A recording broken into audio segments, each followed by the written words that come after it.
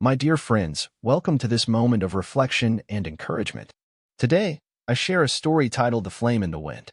It follows Rosalie, a seamstress whose life mirrors steel forged in a blacksmith's fire, shaped by trials to reveal divine strength. Through her journey, we'll see how perseverance and trust in God's timing transform pain into purpose. Open your hearts as we step into this tale of faith tested and refined. In a small, weathered town where the wind carried whispers of dreams long forgotten, Rosalie stitched seams under the dim glow of a single lamp. Her fingers, calloused from years of threading needles, moved with precision, but her heart felt heavy, as if sewn shut by loss. At 34, she was a widow, her husband taken by illness 5 years prior, leaving her with a modest home and a mountain of grief. The townsfolk knew her as the quiet seamstress, her laughter rare, her eyes carrying shadows of unspoken pain. Each morning, she rose before dawn, her breath visible in the chilly air, and walked to her cramped shop.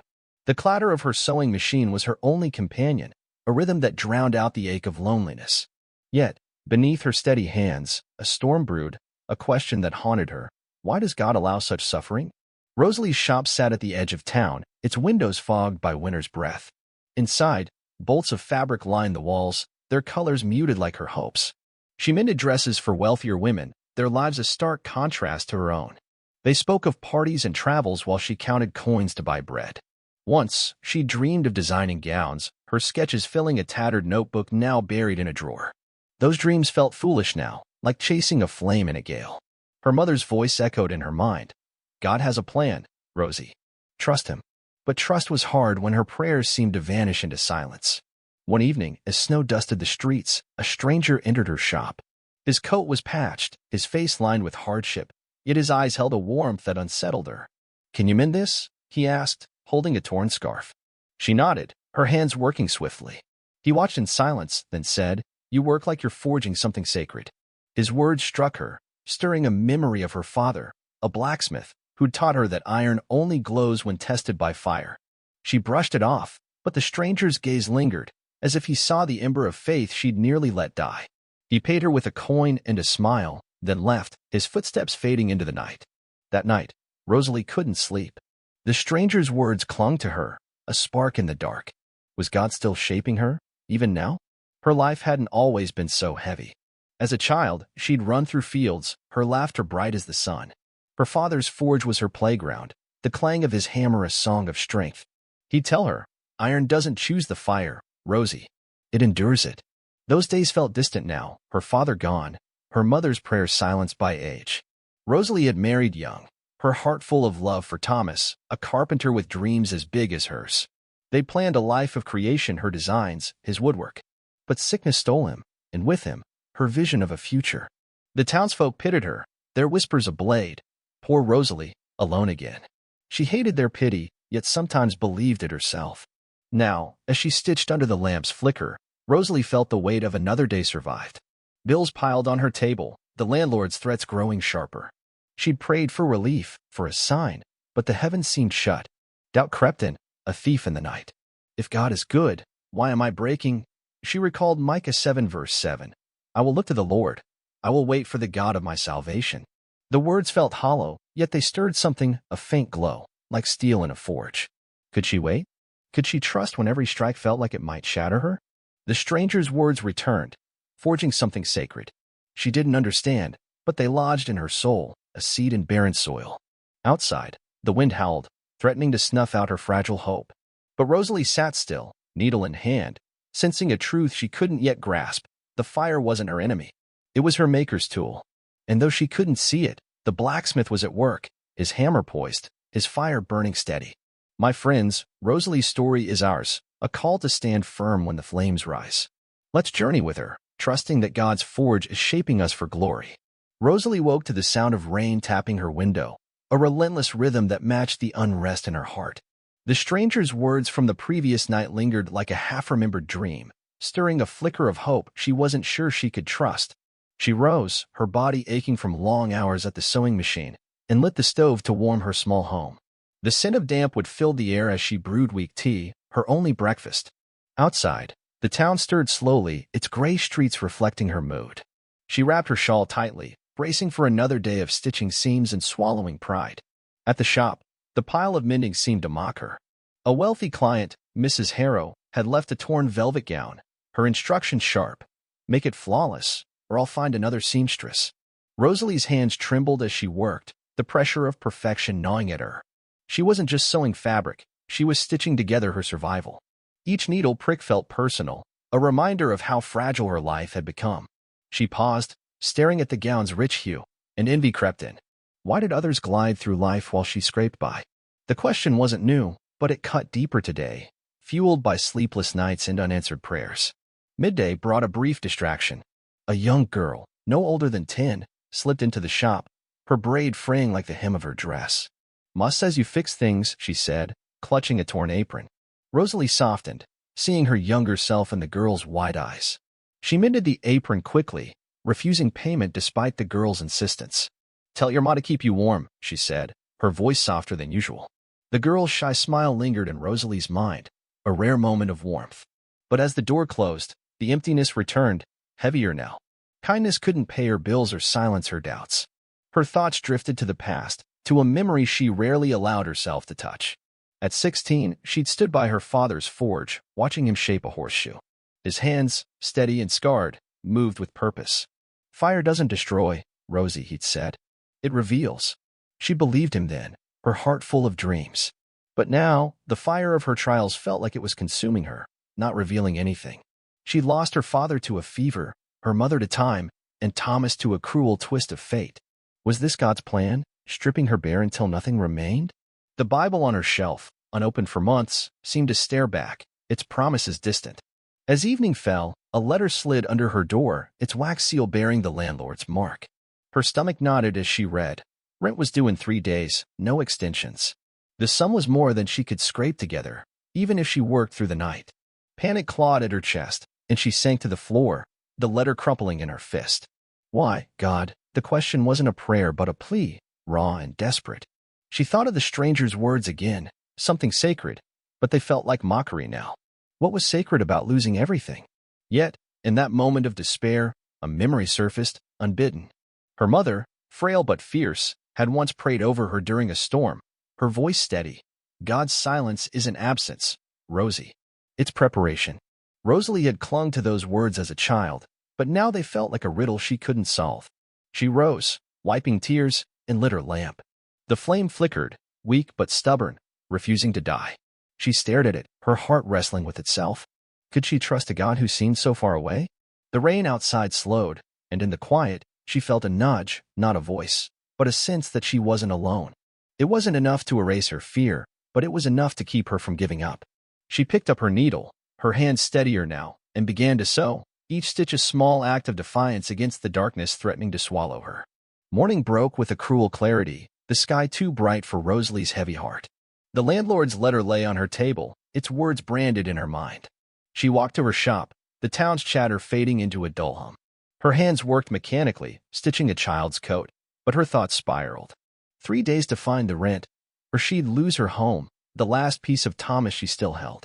The weight of it pressed against her chest, making each breath a struggle. She'd survived loss before, but this felt different, like God was testing her beyond what she could bear. At noon, Mrs. Harrow swept in, her perfume sharp and cloying. She inspected the velvet gown with a critical eye, her lips pursed. "Adequate," she said, tossing coins onto the counter. The meager payment stung, but Rosalie swallowed her pride, nodding. As Mrs. Harrow left, a man entered, Mr. Grayson, the mill owner's assistant. His voice was clipped. "We're cutting orders. Your services aren't needed for now." The words hit like a physical blow. The mill's contracts, though small, had been her steadiest income. Without them, the rent was impossible. She managed to nod, her throat tight, as he left. Alone, Rosalie sank into her chair, the shop's walls closing in. The sewing machine, once her lifeline, now felt like a chain. She pressed her hands to her face, fighting tears. What have I done to deserve this? The question wasn't new, but it carried a fresh edge, sharp with anger. She'd prayed, worked, endured, yet God seemed silent, indifferent. A memory flashed. Her wedding day, Thomas's hand in hers, his promise to build a life together. That life was gone, and now even its remnants were slipping away. She wanted to scream, to demand answers, but all she could do was sit. paralyzed by the storm crashing over her. A knock startled her. It was Eliza, a baker's wife who'd once been her friend. They'd drifted apart after Thomas's death, Eliza's bustling family life a painful contrast to Rosalie's solitude. "Heard about the mill," Eliza said, her eyes soft. She offered a loaf of bread and a few words of comfort, but Rosalie felt the gap between them. Eliza's kindness was genuine, but it couldn't bridge the chasm of their different worlds. After Eliza left, Rosalie broke off a piece of bread, its warmth a fleeting comfort. She ate slowly, each bite grounding her, if only for a moment. That night, she walked home under a starless sky, the wind biting her skin. A childhood memory surfaced, hiding in her father's forge during a storm. The fire's glow a shield against the dark. She'd felt safe then, certain God was near. Now, that certainty was a ghost, haunting her with what she'd lost. At home, she lit a candle, its flame trembling like her faith. She opened her Bible, her fingers brushing Psalm 23. "Though I walk through the valley of the shadow of death, I will fear no evil." The words felt distant, like a song she'd forgotten. She closed the book, her heart torn between clinging to hope and surrendering to despair. The storm was here, and she wasn't sure she could weather it. The next day, Rosalie moved through her shop like a shadow, her hands stitching but her mind adrift. The mill's rejection and the looming rent deadline hung over her. Twin specters she couldn't shake. Customers came and went, their voices a blur. A farmer needed a jacket patched. A mother brought a torn blanket. Each job paid little, and the coins in her tin grew no heavier. She worked past dusk, her fingers numb, driven by a desperate need to outrun her fears. But fear was faster, whispering that she'd fail, that God had turned away. In a rare pause, she stepped outside, the evening air sharp against her skin. The town was quiet, its lights dim under a heavy sky. She leaned against the shop's wall, closing her eyes. In that stillness, she felt something, a whisper, not of sound but of presence. "Hold on." The words weren't audible, yet they pierced her. Was it God? Her imagination? She'd heard of divine nudges, her mother's stories of answered prayers, but this felt too faint, too fragile. She wanted a sign, something undeniable, but the silence stretched on, mocking her need. Back inside, a familiar face appeared. Clara, a childhood friend who'd become a schoolteacher. Clara's warmth was unchanged, but her presence stirred unease. They'd once shared dreams, but Clara's life had blossomed, marriage, children, while Rosalie's had withered. Clara chatted about her students, then paused, sensing Rosalie's strain. "You're carrying too much alone," she said, touching Rosalie's arm. The kindness stung, exposing wounds Rosalie hadn't named. She wanted to confide, to spill her fears, but pride held her back. Clara left a small basket of apples, a gesture that both comforted and humiliated Rosalie. Alone again, Rosalie sat by her lamp, the apples' scent mingling with dust. Clara's words echoed. Too much alone. She thought of Thomas, his laughter, his steady hand. Grief, long buried, surfaced, raw and sharp. She'd built walls to survive, but they trapped her now, isolating her from hope. She opened her Bible, seeking comfort, and found Habakkuk 2 verse 3. "Though it tarry, wait for it. It will surely come." The verse sparked a memory of her mother reading it during a lean winter, her faith unshaken. Rosalie wanted that faith, but doubt was a louder voice, insisting God's promises weren't for her. That night, she dreamed of her father's forge, the fire roaring, her hands holding unshaped steel. A voice, deep and calm, said, "The fire is not your end." She woke, heart pounding, the dream vivid but fleeting. Was it a message or her mind's desperate invention? She lit her candle, its flame steady now, and prayed, her words halting. "If you're there, show me." The silence that followed wasn't empty. It held weight, like a held breath. She didn't understand it, but she felt a shift, a call to trust despite the dark. Her fears remained, but so did a stubborn spark, refusing to die. Dawn broke with a chill that seeped into Rosalie's bones. She hadn't slept, the dream of the forge lingering like a half-heard song. Her shop felt smaller today, its walls pressing in as she faced the final day before the rent was due. She counted her coins again, the total unchanged, mocking her efforts. Despair clawed at her, but she pushed it down, threading her needle with trembling hands. Work was her anchor, even if it couldn't save her now. Mid-morning, a boy burst in, breathless. "It's your cousin, Mary. She's sick, bad fever." Mary, her only living relative, lived a day's walk away. Rosalie's heart sank. Mary had raised her after her parents died, a stern but kind woman who'd taught her to sew. The boy's mother, a neighbor, had sent him, urging Rosalie to come. But leaving meant closing the shop, losing what little income she might earn. She hesitated, torn between duty and survival. The boy's pleading eyes tipped the scale. She grabbed her shawl, locking the shop with a heavy heart. The journey was grueling, the road muddy from rain. Rosalie's thoughts churned. Mary's illness, the rent, the mill's betrayal. Why now, God? Her anger flared, hot and reckless. She tried to trust, to wait, but each blow felt like a betrayal. By dusk, she reached Mary's cottage, its roof sagging like her spirits. Mary lay pale, her breathing shallow. A village healer was there, her face grim. "She needs medicine, costly stuff," the healer said. Rosalie had nothing to give, her coins barely enough for her own survival. Guilt and helplessness twisted inside her. She stayed through the night, sponging Mary's forehead, praying fragmented prayers. "Don't take her too," she whispered, her voice breaking. Memories flooded in. Mary teaching her to hem, scolding her for daydreaming, yet always there. Losing Mary would sever her last tie to family, to home. By morning, Mary's fever eased slightly, but the healer's warning lingered. Without medicine, she'd worsen. Rosalie left, promising to return, her heart a tangle of love and dread. Back in town, the landlord was waiting. His voice was cold. "Tomorrow, or you're out." Rosalie nodded, numb, and stumbled to her shop. A customer had left a note, canceling an order. The hammer fell again, crushing her resolve. She sank to the floor, sobbing, her faith fraying. "I can't do this." The dream of the forge felt like a cruel jest now, its promise of purpose drowned by reality. She considered selling her mother's Bible, the one thing she'd sworn to keep. The thought shamed her, but desperation was a ruthless master. Yet, in that broken moment, a verse surfaced, unbidden, Isaiah 40 verse 31. "Those who hope in the Lord will renew their strength." She clung to it, a lifeline in the flood. Her tears slowed, and she rose, her hands shaking but purposeful. She lit her lamp, its flame a defiant glow, and began to sew, each stitch a whispered vow to endure, if only for one more day. Rosalie stood in her shop, the landlord's ultimatum echoing like a drumbeat. Her hands, raw from stitching through the night, clutched a half-mended shirt. The air was thick with the scent of dust and despair, her lamp's flame wavering as if it, too, might surrender. Mary's illness weighed on her, the healer's words, costly medicine, a cruel reminder of her empty pockets. She'd returned from the visit to find a note slipped under her door. A merchant, Mr. Vaughn, wanted to meet.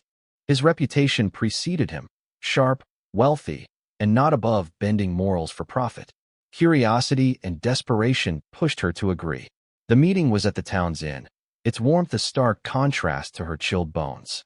Mr. Vaughn, impeccably dressed, greeted her with a smile that didn't reach his eyes.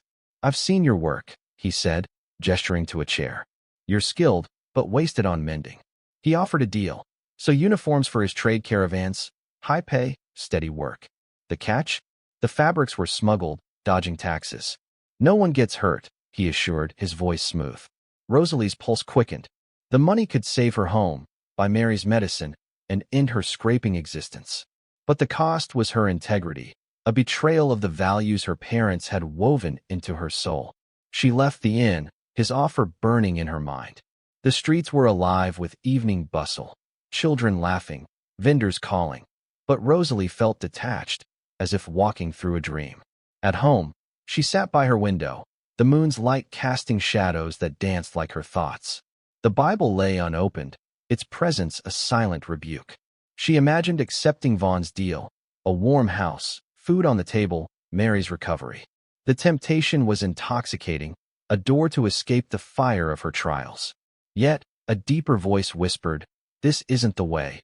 It wasn't loud, but it was persistent, tugging at the ember of faith she'd nearly let die. Sleep brought no rest. She dreamed of a river, its current pulling her toward a cliff. She fought to swim, but her arms grew heavy. A hand reached out, strong and unseen, but she woke before she could grasp it. The dream left her shaken, its meaning unclear but urgent. She rose, lighting her lamp, and found herself drawn to the Bible.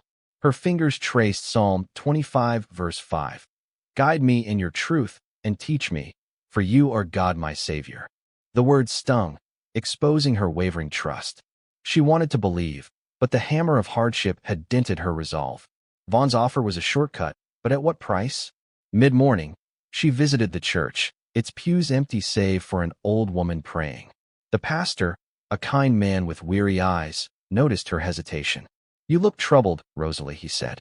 She poured out her fears, not the offer, but the rent, Mary, the mill. He listened, then shared a story of his own, a time he'd nearly abandoned his calling for an easier path. "God's forge is hot," he said, "but it shapes what lasts." His words echoed her father's, stirring a longing to hold fast. She left with no answers, but a seed of resolve took root, fragile but growing. Back at the shop, a boy delivered a small order, a curtain to mend. The payment was meager, but Rosalie worked with care, each stitch a refusal to let despair win. She thought of her mother, who'd sown through lean years, her faith a steady thread. Rosalie wasn't there yet, but she could choose one right step. She wrote to Vaughn, declining his offer, her hand shaking but certain. The act felt like defiance, a spark flaring against the wind. Her troubles remained, but she sensed a shift, as if the blacksmith's hammer paused, waiting for her to decide whether to stay in the fire or flee. The morning after refusing Vaughn, Rosalie woke to a quiet resolve, brittle but real. Her shop was colder now, the stove barely warming the air. She'd sent her last coins to Mary's healer, a choice that left her with nothing for the landlord. The deadline loomed, a shadow she couldn't outrun. Yet, declining Vaughn's offer had freed something in her, a clarity, however faint, that God's path, though painful, was hers to walk. She lit her lamp, its glow a small rebellion against the dark, and began mending a worn cloak, her fingers steady despite the ache in her heart. A knock broke her focus. It was Eliza, the baker's wife, her face flushed from the cold. She carried a basket of rolls, still warm, and an invitation. The town was holding a charity supper to help a family whose barn had burned. "We need hands," Eliza said. Rosalie hesitated. Every hour away from her shop was a risk, but Eliza's earnestness won her over. She agreed, locking the shop with a pang of guilt. The supper was in the town square, tables laden with modest dishes. Rosalie served stew, her hands moving mechanically, her mind on Mary and the rent. The townsfolk's chatter grated. Their problems seemed small compared to hers. Then she saw the family, a mother, father, and 2 children, their faces etched with loss. The mother, Anna, thanked Rosalie, her voice breaking. "We thought we'd lost everything," Anna said. "But this town," she trailed off, tears falling. Rosalie's throat tightened. Anna's pain mirrored her own, yet here she was, grateful for scraps of kindness. Rosalie felt a stab of shame for her bitterness. She stayed late, washing dishes, her hands raw but her heart softening. Serving others, even in her own lack, shifted something. Pain wasn't just a burden, it was a bridge to understanding. Back home, she found a note from the landlord. Eviction tomorrow unless she paid half the rent. Panic surged, but she pushed it down, kneeling by her bed. She prayed, not for miracles, but for strength to face what came. The words felt clumsy, but they flowed, a release of pent-up fear. She thought of Job, who'd lost everything yet clung to God. Her trials weren't as vast, but they felt like mountains. Could pain have purpose, as the pastor had said? She recalled her father's forge, the iron glowing only after enduring the flame. The image steadied her, a reminder that God's work wasn't always visible. The next day, a customer, an elderly tailor, stopped by. He'd heard of her skill and offered a small job, altering a suit. His kindness, and the extra coins, felt like a lifeline, though not enough to save her home. As he left, he said, "You remind me of my daughter. She never gave up." His words lingered, a balm to her wounded spirit. Rosalie worked late, her lamp burning low, each stitch a prayer. She didn't understand God's plan, but she sensed he was near, his hammer shaping her through the pain. The eviction loomed, but she chose to trust, her faith a fragile flame refusing to die. Eviction day dawned with a merciless gray sky, the air heavy with unshed rain. Rosalie packed her belongings, her mother's Bible, Thomas's old tools, her tattered sketchbook, each item a piece of her crumbling world. The landlord's knock would come soon, and she had no coins to offer. Her shop, her refuge, would be locked by noon. She moved slowly, her body heavy with exhaustion, her heart wrestling with a strange calm. Last night's prayer had left her raw but anchored, as if God had whispered, "I see you." She clung to that, though fear gnawed at her edges. A clatter outside broke her thoughts. It was Clara, her childhood friend, breathless and clutching a letter. "Read this," Clara urged, her eyes bright. The letter was from a dressmaker in a nearby city, Madame Leclerc, who'd heard of Rosalie's skill through a traveler, perhaps the stranger from weeks ago. She needed an assistant for a large order, offering room, board, and a modest wage. The catch: Rosalie had to leave today, abandoning her shop and any hope of reclaiming it. The opportunity was a lifeline, but it demanded everything: her home, her past, her fragile ties to the town. Rosalie's mind spun. Leaving felt like surrender, yet staying meant homelessness. She thought of Mary, still weak but stable, thanks to the medicine her coins had bought. Could she leave her cousin now? And what of her dreams, buried in that sketchbook? Madame Leclerc's offer wasn't designing gowns, but it was a step closer than mending scraps. Doubt and hope clashed, each vying for control. She walked to the church, seeking clarity, and found the pastor polishing pews. "God opens doors," he said, "but you must walk through." His words echoed Habakkuk 2 verse 3, the verse that had haunted her. It will surely come. Back at the shop, she opened her sketchbook, its pages yellowed but alive with her old designs. A tear fell as she traced a gown she'd drawn for Thomas. Closing the book, she made her choice. She'd go, trusting God's timing, though it meant leaving everything familiar. As she packed, Eliza arrived, her face stricken. "The town's talking," she said. "They want to help." A small group, moved by Rosalie's quiet service at the supper, had pooled coins, not enough to save her home, but enough for a week's lodging if she stayed. The gesture overwhelmed her, a glimpse of God's hand in human kindness. She thanked Eliza, her voice thick, and declined the coins. "I'm leaving," she said, the words final. As she boarded the cart to the city, the town fading behind her, Rosalie felt a shift. The fire of her trials hadn't destroyed her. It had revealed a strength she hadn't known. She prayed, her heart open, sensing God's presence like a flame that wouldn't falter. The road ahead was uncertain, but for the first time, she believed the blacksmith's work was good. Rosalie's new life in the city began under Madame Leclerc's stern gaze, her days filled with cutting patterns and stitching seams for wealthy clients. The work was grueling, the hours long, but the small room above the dressmaker's shop was hers, a sanctuary after years of uncertainty. Mary's letters brought relief. She was healing, her voice stronger in each note. Yet, Rosalie's heart still carried scars, the trials of her past a weight she couldn't fully shed. She'd trusted God to bring her here, but doubts lingered. Is this the promise, or just another test? One evening, after a day of endless hymns, Rosalie sat by her window, the city's lights a contrast to her town's quiet dark. Her sketchbook lay open, a new design taking shape, a gown, simple but elegant, born from her rekindled dreams. She thought of her journey, each blow of the hammer forging her faith.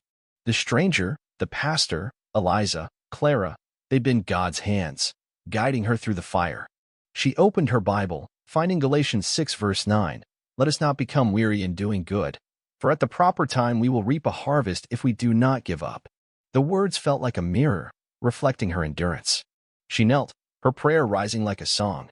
"Heavenly Father, you are the God who sees, who shapes, who never fails. I praise you for the fire that didn't consume me, for the hammer that shaped me, for the silence that taught me to listen. Forgive my doubts, my anger, my moments of turning away. As you've forgiven me, I forgive those who've hurt me, knowingly or not. In Jesus' name, I declare I will not quit. I reject despair, fear, and the lies that say your promises have failed. Strengthen me to endure, to obey, to trust your timing." Her voice grew bold. I rebuke every attack of the enemy, confusion, heaviness, doubt. Let your protection cover me, Mary, and all who seek you. Pour out favor, provision, and clarity. Heal the broken places in my heart, the wounds of loss and delay. Restore my dreams, Lord, and let my life reflect your glory. She paused, tears falling, sensing a presence that filled the room. For everyone praying with me, renew their faith, lift their burdens, and show them your hand. Yours is the kingdom, the power, the glory forever. Amen. Rosalie rose, her heart lighter, as if the blacksmith had lifted his hammer, revealing the steel beneath. She wasn't finished, but she was formed stronger, clearer, ready for what lay ahead. Her designs, once buried, were now her offering, a testament to God's work in her. To you, my friends, I say, stay in the fire. Trust the blacksmith. Your trials are not your end, but your beginning. Thank you for joining me in this story, for opening your hearts. Share this message, pray with others, and hold fast. God's promise is coming, and it's closer than you think.